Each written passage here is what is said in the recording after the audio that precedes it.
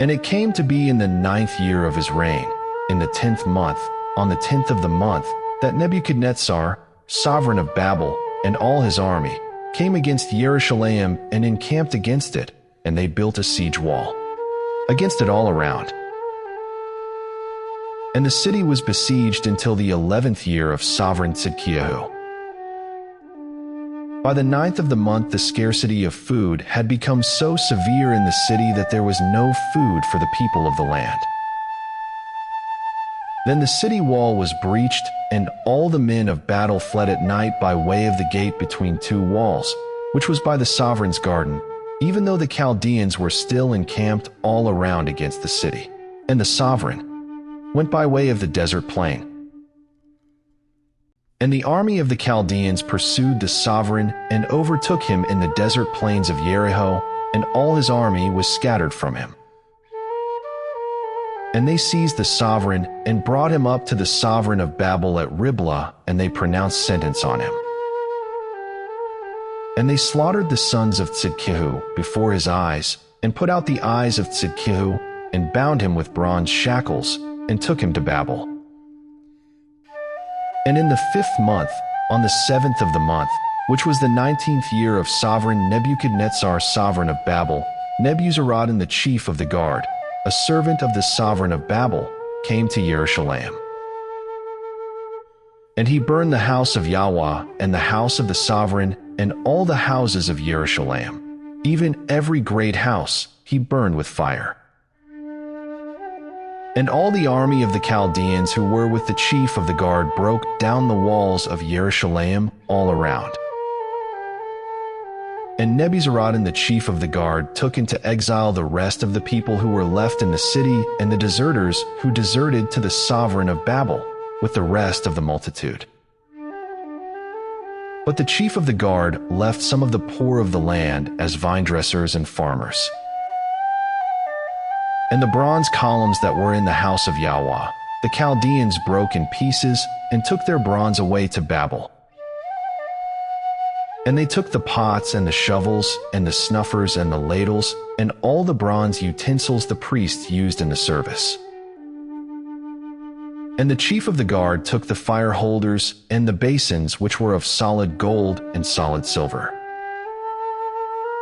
The bronze of all these utensils was beyond measure, the 2 columns, the 1 sea, and the stands, which Shalomo had made for the house of Yahweh. The height of one column was 18 cubits, and the capital on it was of bronze. And the height of the capital was 3 cubits, and the network and pomegranates all around the capital were all of bronze. And the second column was the same, with a network.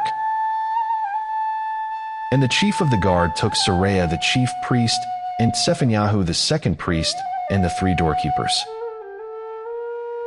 And out of the city he took a certain eunuch who was appointed over the men of battle, and 5 men of those who saw the sovereign's face, who were found in the city, and the chief scribe of the army, who mustered the people of the land, and 60 men of the people of the land who were found in the city.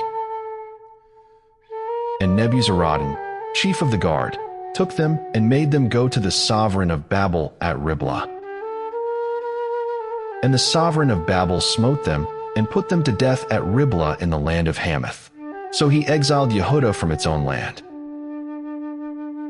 And he appointed Gedaliah son of Ahikam, son of Shaphan, over the people who were left in the land of Yehudah, whom Nebuchadnezzar sovereign of Babel had left.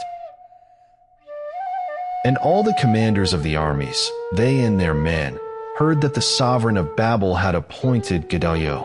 And they came to Gedaliah at Mitzpah, even Yishmael son of Nethaniah, and Johanan son of Kareah, and Seraiah son of Tanazeniah the son of a Maacathite, they and their men. And Gedaliah swore to them and their men, and said to them, Do not be afraid of the servants of the Chaldeans. Dwell in the land, and serve the sovereign of Babel, and let it be well with you.